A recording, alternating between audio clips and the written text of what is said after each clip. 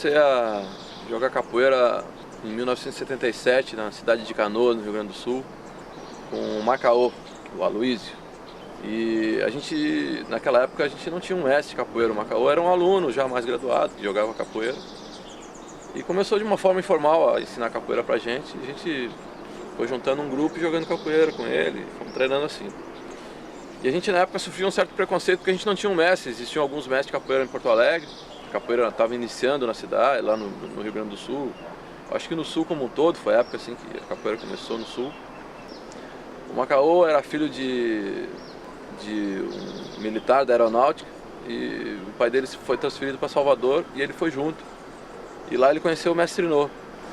Em 80 eu voltei à Bahia, certo? E já estava em contato com o mestre Nô, comecei a treinar com ele. A relação da gente aqui no Sul, e como a minha relação com o Nô na Bahia e a relação, não foi por acaso. Veja bem, quando eu fui à Bahia procurar uma academia de capoeira, eu passei 6 meses procurando uma academia de capoeira. E eu justamente esperei para encontrar o Nô. É por isso que eu digo que quando o discípulo está pronto, o mestre aparece. Em 81 ele voltou para o Rio Grande do Sul e a gente organizou o primeiro batismo lá, na época a gente chamava Casa Grande o nome do grupo lá.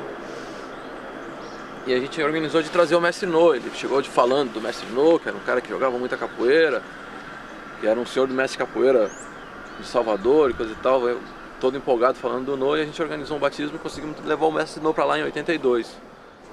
Veio eu e um aluno que eu tinha formado em mestre, o Nilson Cavalcante. Aí viemos nós dois lá para Canoas e tivemos um evento no final de semana, num domingo, em um colégio chamado Rondon. E aí foi quando eu conheci o mestre Nô, conheci ele em julho de 1982. E logo me impressionou assim, a habilidade, a forma de jogar capoeira do mestre Nô. Ele tem um jeito de jogar capoeira assim, muito dele, assim, muito a técnica de jogo de capoeira do Nô, a visão de jogo dele é um negócio que sempre me impressionou, assim. Ele parece que joga em câmera lenta. Ele é um goleiro que joga em câmera lenta, mas ele não joga aquela câmera lenta se arrastando, ele joga uma câmera lenta dele, assim, né? Ver o mestre Nô jogar capoeira é uma coisa que me impressionou desde o primeiro dia que eu vi. E eu conheci ele ainda novo, quando eu conheci o Nô ele tinha 30 e poucos anos de idade, jogando uma capoeira que, meu Deus do céu, me encantou a mim e a todos, né? Nós começamos a intensificar mais treinamento. Os que mais se destacaram foi o Alemão e o Alfredo. Por quê? Que eles que seguraram mais a onda. Inclusive, eles que foi quem decidiram pela minha permanência como mestre do trabalho deles, porque o mestre Macaô tinha retornado para Sergipe e não despertava mais interesse em voltar do Sul. Eu pensei um pouco, mas aceitei o desafio de assumir essa responsabilidade e fiz. Fiz com muita segurança, com muita certeza e com muita garra.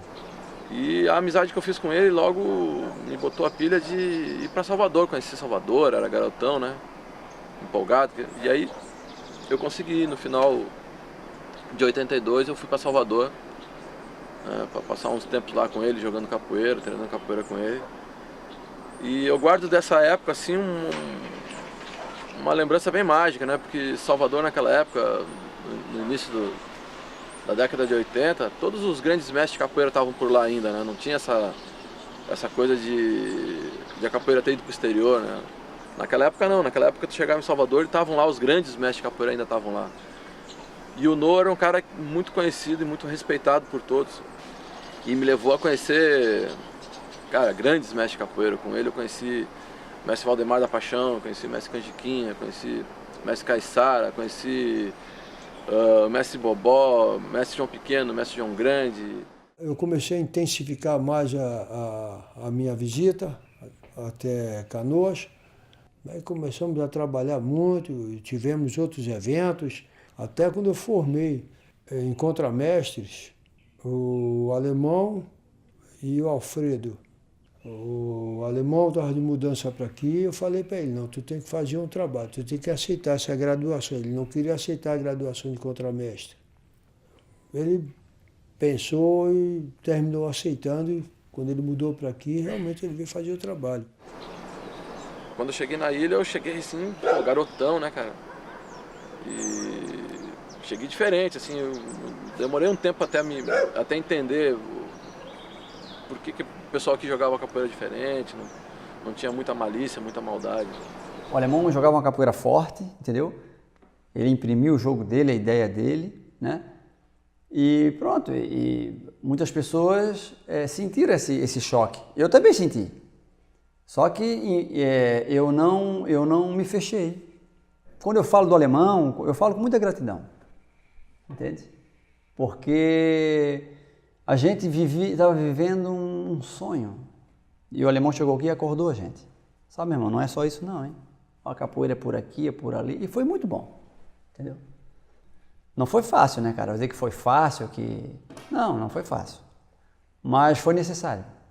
Ele traz uma realidade de uma capoeira que está sendo vivenciada em outras partes do Brasil, menos aqui porque estava só nós aqui, então nós não tínhamos com quem combater, não havia essa disputa, né, de poder, né, tanto dentro da roda como fora, né, porque daqui um pouco ele traz uma proposta, uma política diferenciada, um outro grupo, e aí surge um embate natural, né, e isso foi bom para meu conhecimento. E meu aprendizado foi significativo, assim como a vinda de outros grupos também. Basicamente era isso, era o mestre Pop, né, e o mestre Cigano. E os seus alunos, né, o Cabeleira, o Pinóquio, o Calunga, né, e esses eram os caras que faziam trabalhos isolados, assim. Quem dava aula, fazia um trabalho era o Calunga tinha um trabalho na Barra da Lagoa. E logo já me encantei, assim, fiz amizade com muita gente, né? Principalmente o Calunga. O primeiro amigo meu de capoeira aqui foi o Calunga. O Calunga, ele foi um professor, foi um mestre, foi um pai, foi um amigo.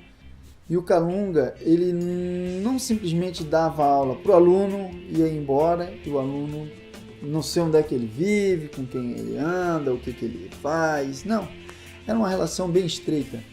Certo? Então ele sempre foi um mestrão nesse sentido, mostrar um lado cultural pra gente e ao mesmo tempo, né, brother, amigo, a gente ia lá pra Barra, ia pra praia jogar capoeira, depois a gente já pegava os mariscos, ia pra casa dele, preparava, comia ali, jogava capoeira, então era uma relação para aquela época de adolescência, de jovem chegando e tal, né? Não era só a capoeira, era um universo de relação, de vivência, né? Que o Calunga, ele trazia uns conceitos importantes para a tua socialização. Né? Principalmente na formação de um capoeirista, para tu não viver infortúnios, como ser um cara violento, ser um cara inconveniente, ser um cara desagradável, né? Não ser um cara que causasse problemas às pessoas, né? Que se você vai conviver com pessoas, é importante que você chegue num ambiente transmitindo coisas boas, em vez de causar tensões e causar problemas. Ele nunca botou pilha no grupo, vamos fazer isso, tem que bater, não. Pelo contrário. Até quando a gente apanhava, ele, não, mas fica tranquilo, que essa culpa não é tua. Né? A culpa não é tua, a culpa é de quem bate. Então fica tranquilo, o negócio é treinar, tá inteiro. Então vejo que esse foi o legado do Calunga. É legal ser legal. Acho que o Calunga plantou isso na capoeira de Florianópolis. É legal ser legal. Fugir essa regra tem tudo para as coisas não irem tão bem.